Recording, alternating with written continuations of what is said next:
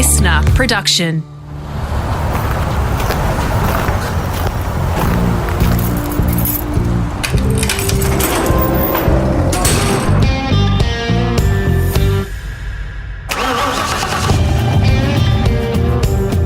I'm automotive commentator and journalist Greg Rust, and this is Rusty's Garage.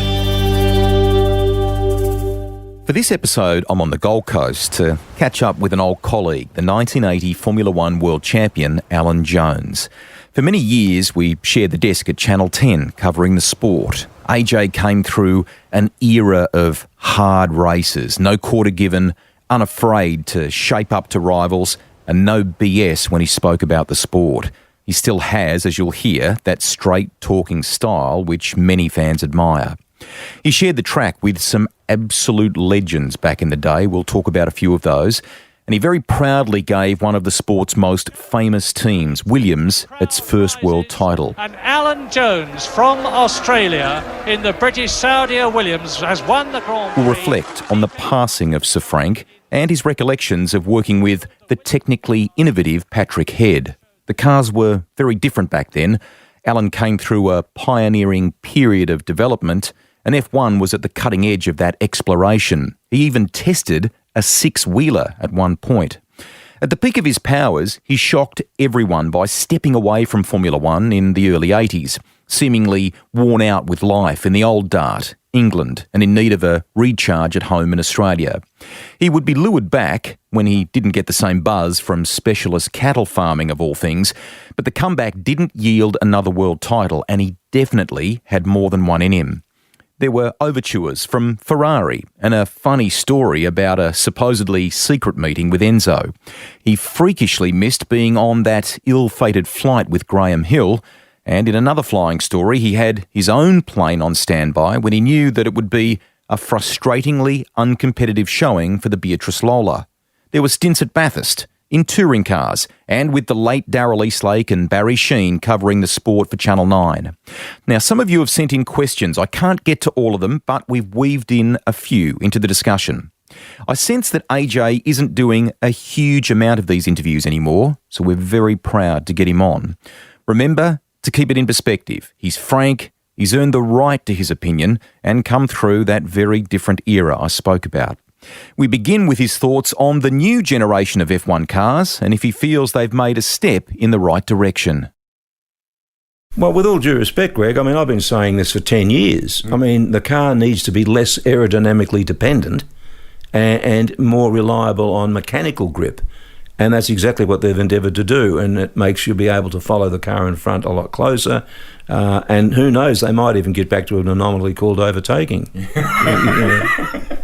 The question that we've had from one listener, Jack Byrne, he wondered, would you have been, if you could change eras and do it all again with these new cars, would you kind of commit to running the new cars? Do they appeal to you? Would you make the same sacrifices to run what we're seeing in the current era? Well, it's a very difficult question because, I mean, you change with age. I mean, obviously when you're younger, you'd walk over broken glass to get into Formula One, and then you do likewise to get into a competitive car. As you get older, you probably get a bit wiser. I don't really know, but that still appeals to me. I mean, I really wish that I was young enough and fit enough to be able to hop in one and have a go. Yeah. You've been at the Saudi Arabia race in the last sort of 6 months or so. You're going to the Albert Park Grand Prix in Australia, which is terrific. How have you been, and are you looking forward to your home race?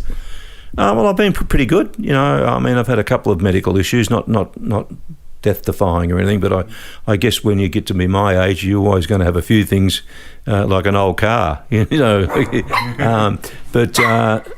sorry, mate. I mean, as far as the Melbourne Grand Prix is concerned, I'm looking forward to seeing these new cars because obviously the last one I went to was the Saudi Grand Prix, which is 6 months ago. So I'm looking forward to seeing these new cars in the flesh.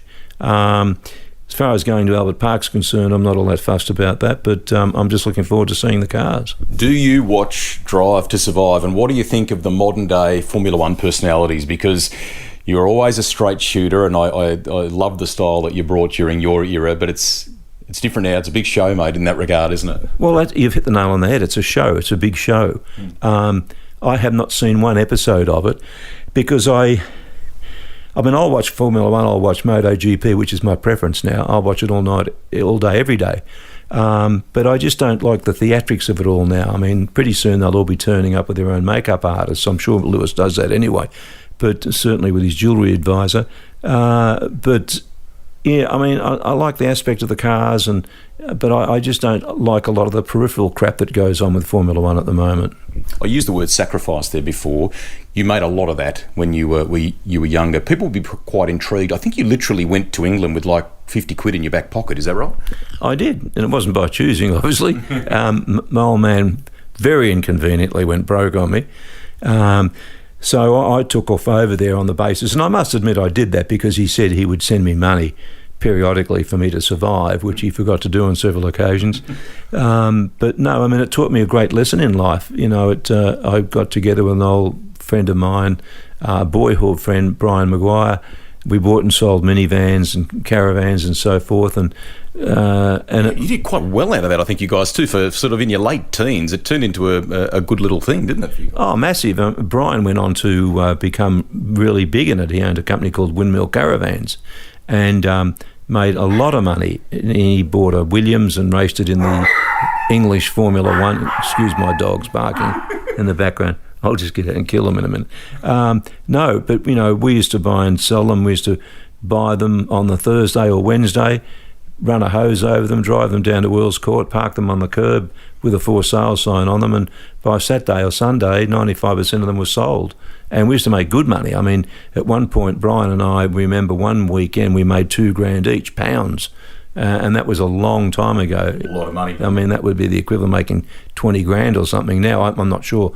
But because of that, I was able to sort of buy in my first Formula Ford, Formula 3, and get into racing. But mind you, for every pound I earned, I probably spent 2 on motorsport. But it was my passion, still is. Your dad was a tough but fair man, and did he really mould you in many ways? Are you of the same mould as Stan? I don't know. All I know is that he used to abuse me if I did something wrong and not necessarily praise me if I did something right. He was a very hard taskmaster. He was a tough sort of an individual. He very hard man. You know, on a few occasions I'd be driving down the street in Richmond or somewhere, and there'd be a blue outside a pub, and the old man would deem the bloke that was winning to be too big, so he'd stop the car and get into him. He was a shocker. But you know, he was a very, very kind man, very generous man. You know, he was, if he saw someone down on his luck, he'd stop and give him some money or whatever. Very, very generous. Bit of a funny bloke in a lot of ways. You snuck his car out, I think, on occasions too, didn't you? Did you take it to Calder and race it and things like that? Oh no, that was with his permission. I did that, but he bought a brand new Lancia Aurelia back from Europe when he did the Monte Carlo Rally with Tony Gaze and Lex Davison, and he had it parked up the driveway, and I rolled it all the way down the drive and down the street and nearly crashed it, and I think I was only about 12 or something, 11. But no, he had the old Cooper Climax at home and a couple of other cars, and there was a race meeting on down at Calder, so he allowed me to. I had no idea. I didn't know what the tyre pressures should be, didn't have any goggles, so I wore sunglasses, you know, which was an absolute stupid. Like if I got I would have ended up by Helmut Marko if I got a stone. So in that respect, and then he did actually finance a Morris 850, which we bought from a finance company, and it had the engine in the boot, so we gave it to Brian Sampson, a guy in Melbourne who was very good at tuning, and the old man just said, "Oh look, turn it into a little race-winning car," and he had no idea what it was going to cost. Completely shit himself when he got the bill, because I think he thought, well, Morris 850, and what can it cost? Yeah. But and then that was my very first race car, and I raced it at the Geelong Sprints. Amazing.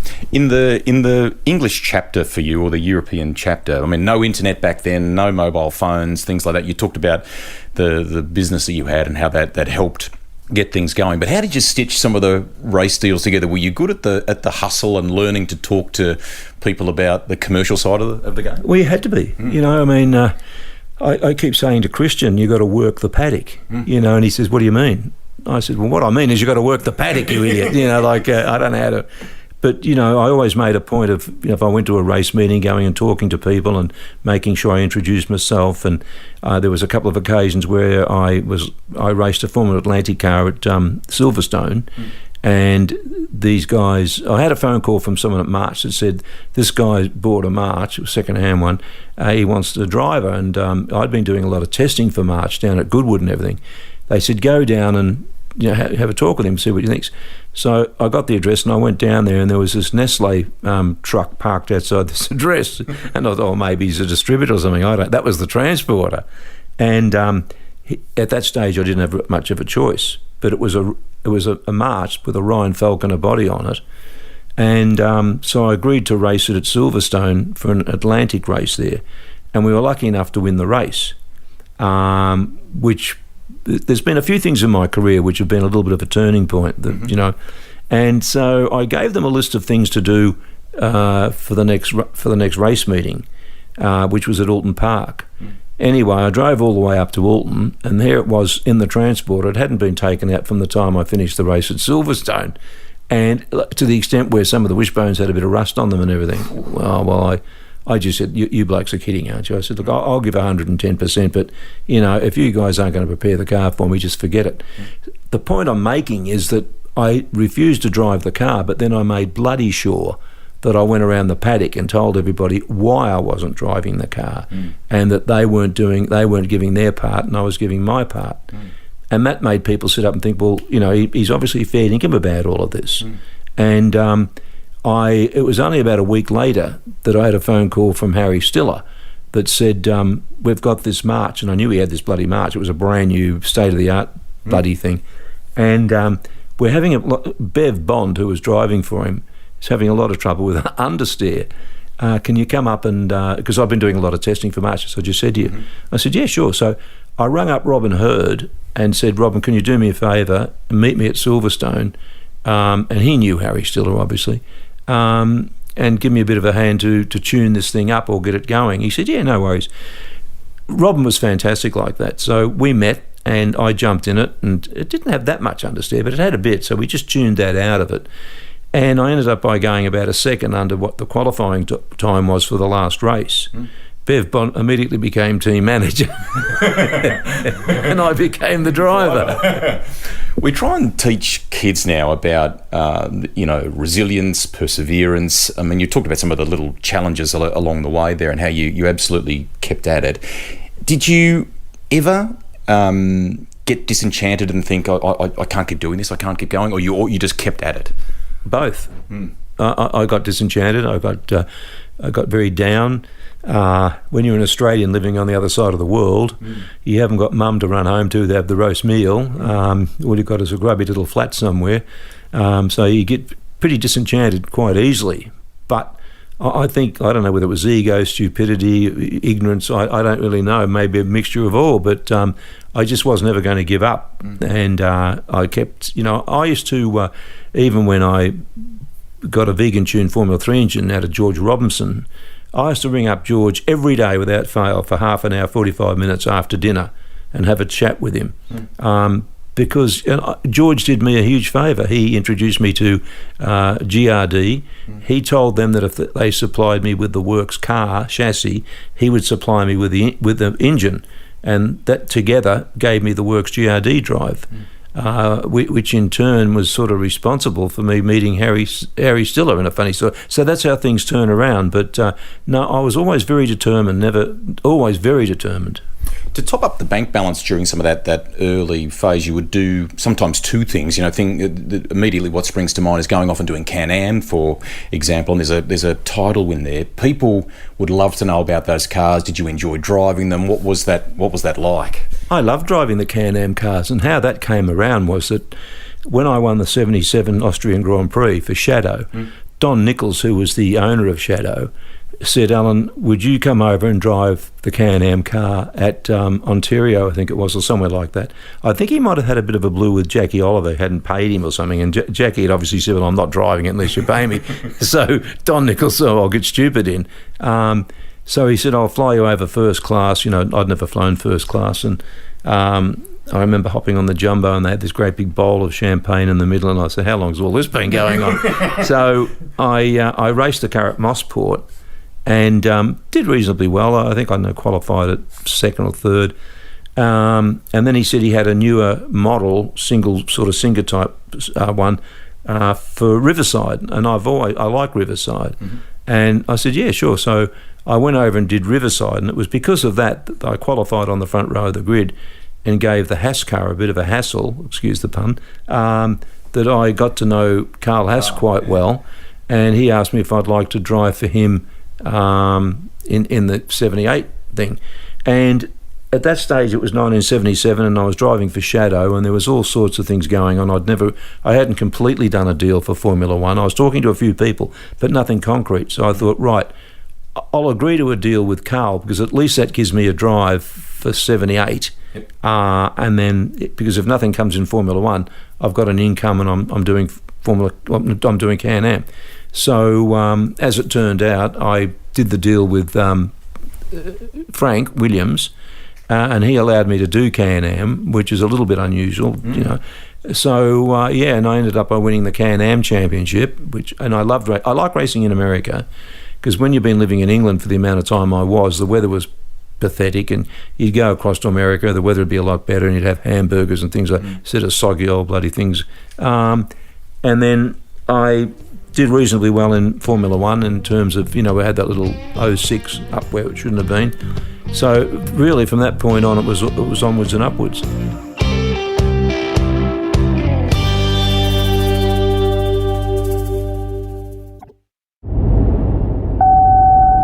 Alan Jones is truly one of the greats. There's no joke this time, just appreciating the legend and all he's done for Aussie motorsport. Thanks, Alan.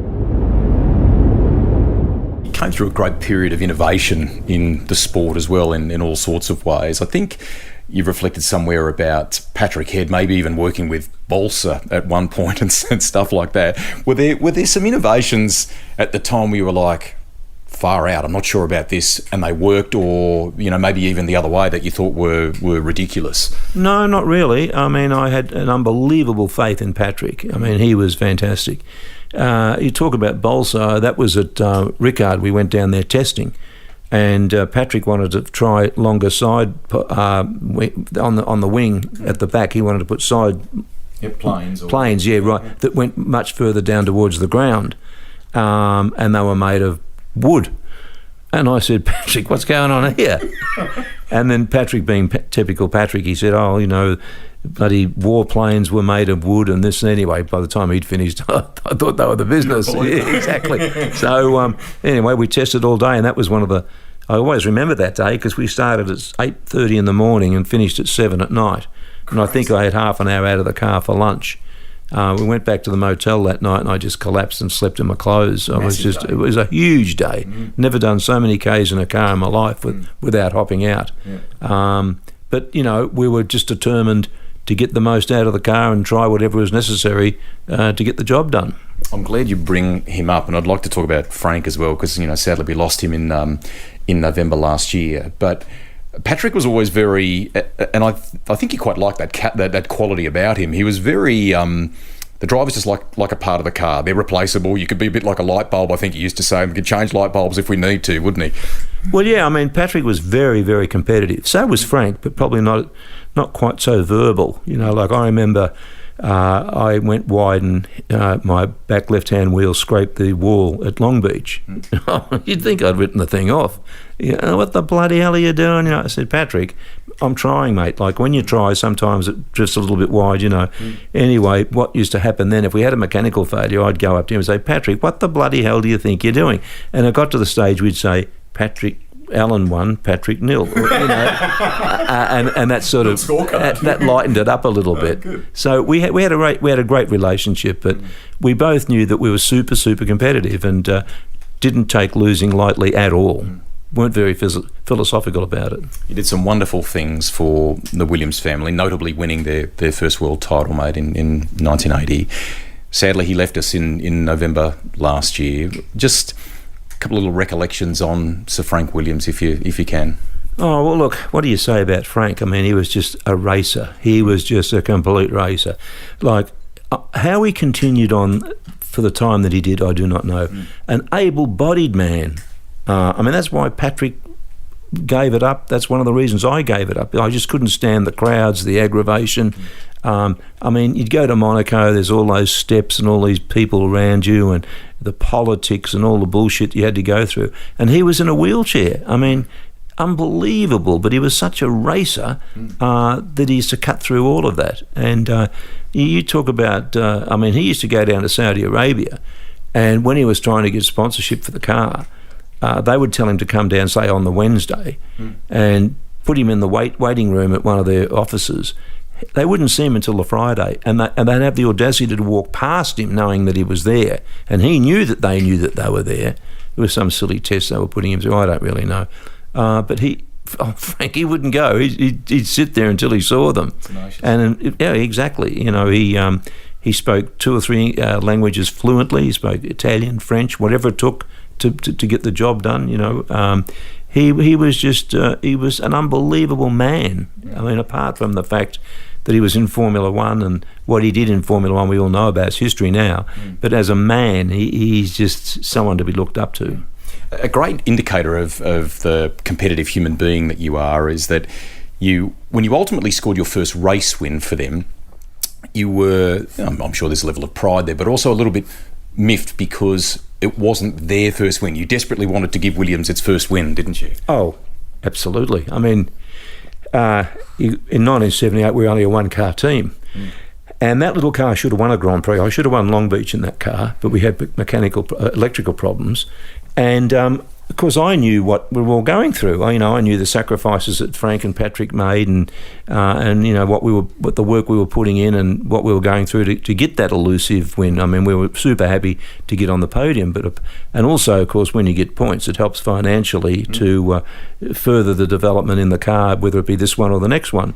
So I desperately wanted to give Frank his first Grand Prix victory, and just to rub salt into wounds, I mean, I was leading the race by 20 seconds. I had it in the bag. I was doing it easy.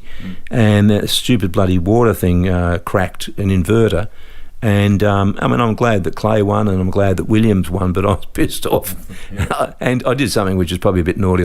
I just jumped in the car and went back to London, and I should have stayed around and helped them celebrate, but I couldn't do it. I had to get out.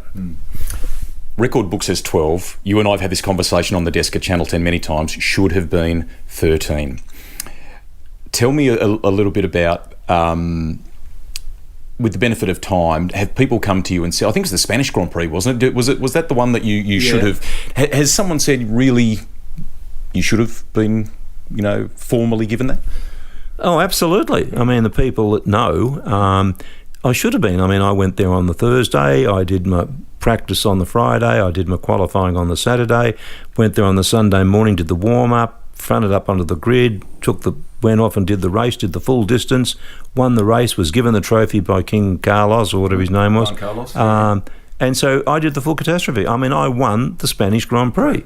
And blessed Jean, I like to call him Jean Mary, but I think his name's Jean-Marie, but he was a bit of a lunatic. And I think, if nothing else, I think the Senna documentary has vindicated me a little bit with that, because he looks a complete tool in that. The true colours of him came out.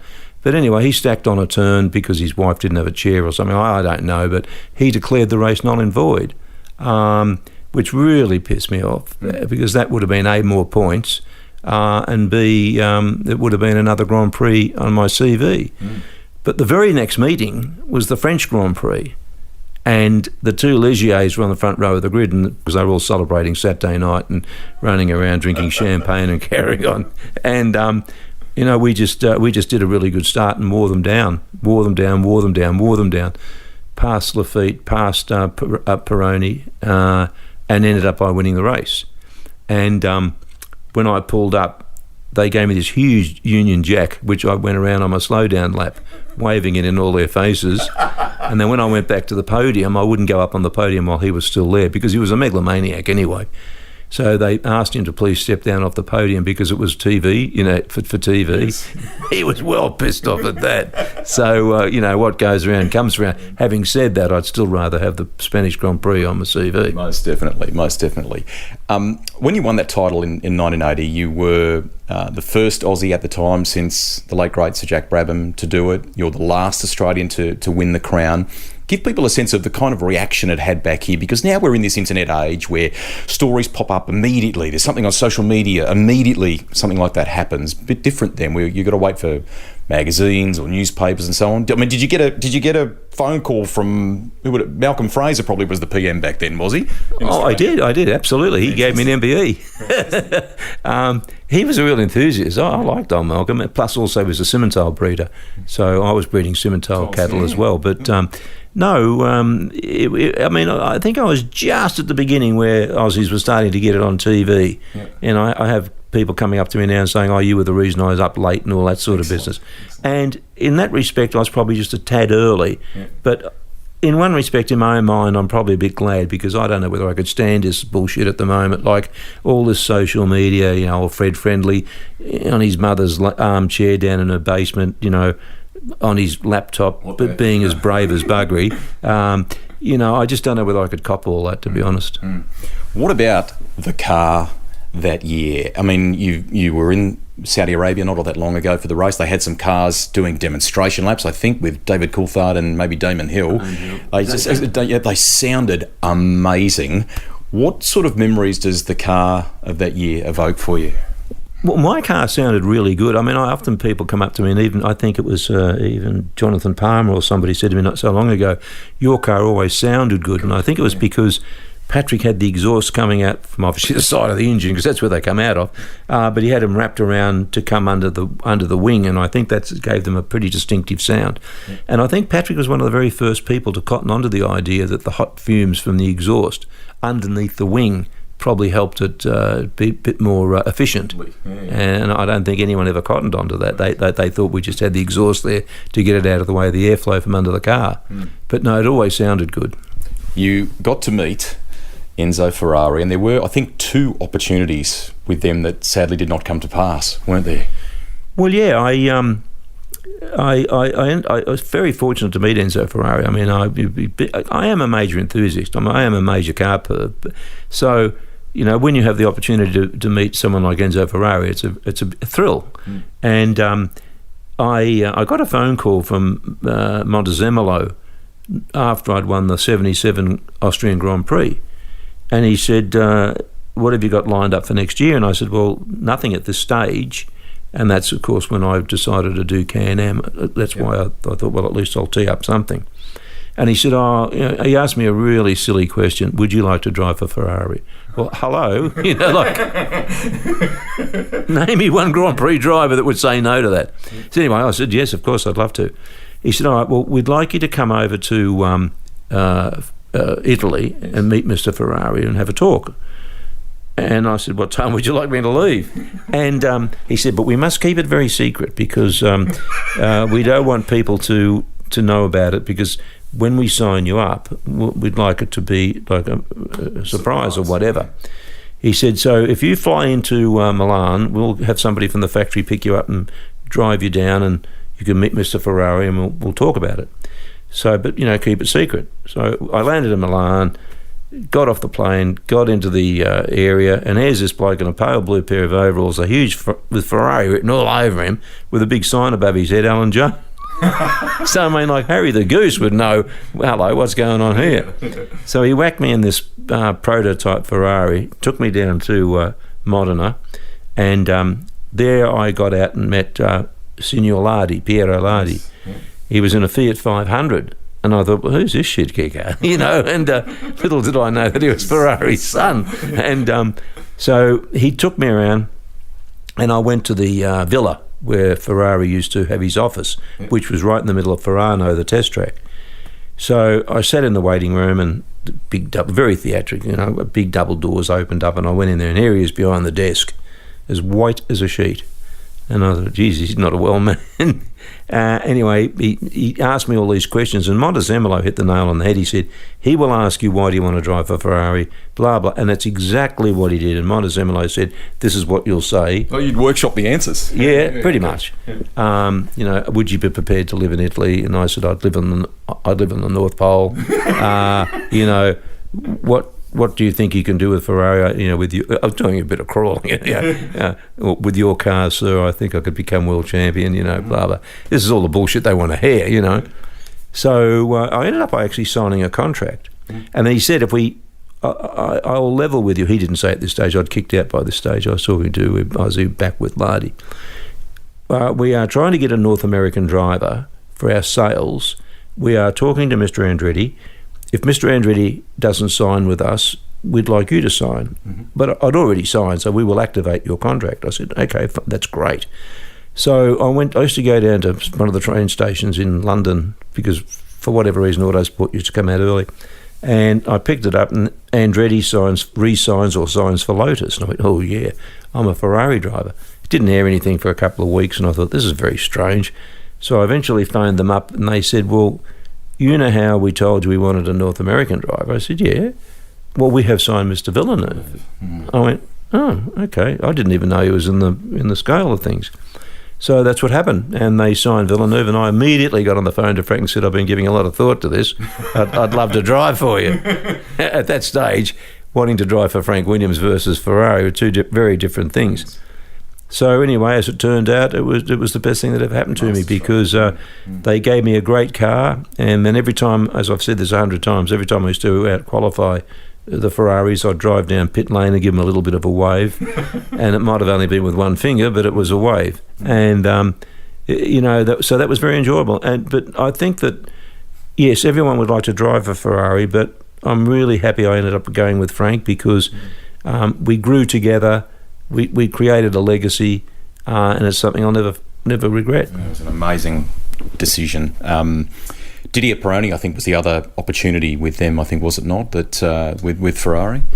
Was it? I'm trying to remember All I know is I didn't think there was any other people. I naively just thought it was me because they foolishly said that to me. No, I meant back when you were in Australia, when you'd stopped in that brief period after '81 in the sport, and they were trying to contact you on the farm, weren't they? They were trying to ring you to see if you would join the famous red team then, I think, as well. I was up here on the Gold Coast, and it's amazing what goes around comes around, isn't it? Like.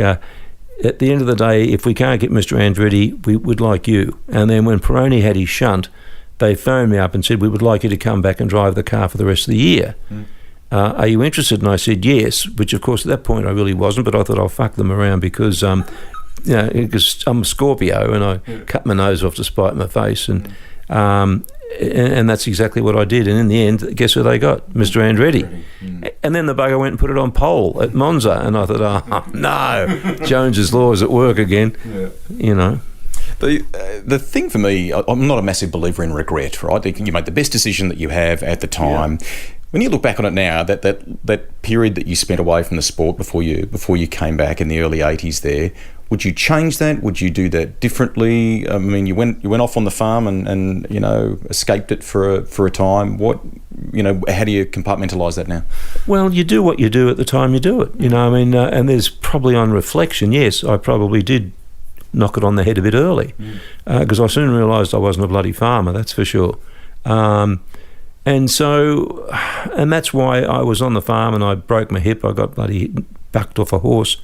And I was in hospital, and Jackie Oliver rang me up and said, we've got this multi-trillionaire that's putting money into the team. We want you to come back and be number one. And I thought, because I'm a little prostitute, and I said, well, how much? And he gave me some figure, and I went, okay, well, when do you want me on the plane? So I still had a bloody pin in my hips because I broke my femur. So I went over, the race was at Long Beach, so we went to this little track just east of LA. I can't think of the name right now. But I drove the car and it felt all right, no dramas, and I don't even know where I finished in that race. It really wasn't up in the top 10 anyway, I don't think. And then the next race was at Brands Hatch, Race of Champions, and I got second or third. And then he said, right, well, the next race is Paul Ricard. And I said, yeah, that's okay, fair enough, but where's this trillionaire bloke? What's happening with the dough, Jackie? And just to show you what a complete idiot I am, I knocked him back. I said, no, I'm not going anywhere unless I see some dough. Mm-hmm. And then Ron Dennis rang me up and said, Nicky has got the flu and doesn't know whether he'll be able to drive. If you come down to Monaco, we'll give you X amount of dollars if you drive. And if you don't drive, we'll give you Y amount of dollars. So it's a paid trip to Monaco. You get a few bob in your pocket anyway, blah, blah, blah. I phoned up my then wife, and then I decided because of that, no, I'm going home. So you could have driven for McLaren? Yeah, at Monaco. And had I have not, I still would have got a few bob. So just another good Jones decision along the way. One thing I think that does, though, illustrate is something that you've more or less lived by right along the way, particularly in a contractual sense. It's I think you've often said to me it's about being paid what you agreed on, being paid on time, and no more, no less kind of thing. You've had that sort of ethos, haven't you? Well, that's you ask my wife. I mean, that's one of my favourite sayings. I don't want any more, I don't want any less, I just want what the deal is. Hold on to my deal. All I'm asking is you honour your deal. If you're late, you'll have me on your doorstep. You know, if I do anything, you feel free to have a go at me. And I think that's a fairly simple sort of an ethos to live by. I think that that's all I ask.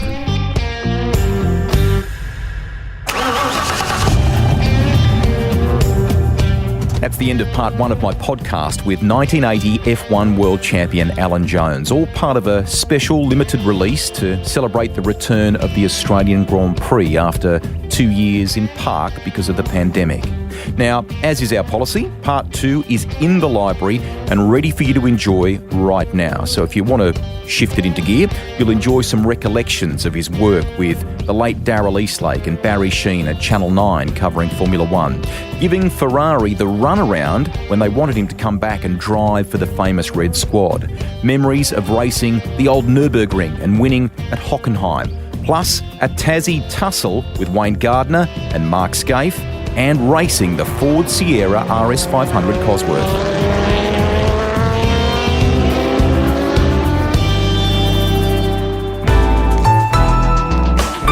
Listener.